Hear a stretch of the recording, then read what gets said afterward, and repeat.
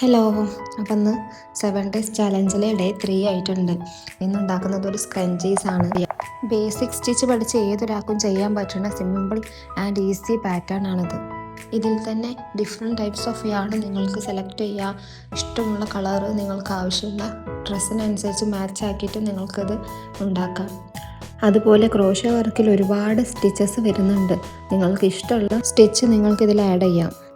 ഇപ്പോൾ വെക്കേഷൻ ടൈമൊക്കെ അല്ലേ, നിങ്ങൾക്ക് ഇതുപോലുള്ള ക്രോഷ്യോ വർക്ക് സ്റ്റിച്ചസ് ഓരോന്ന് പഠിക്കണമെന്ന് താല്പര്യമുണ്ടെങ്കിൽ ഓൺലൈനായിട്ടും ഓഫ്ലൈനായിട്ടും ഞാൻ ക്ലാസ് എടുത്ത് കൊടുക്കുന്നുണ്ട്. നിങ്ങൾക്കതിൽ ജോയിൻ ചെയ്യാം.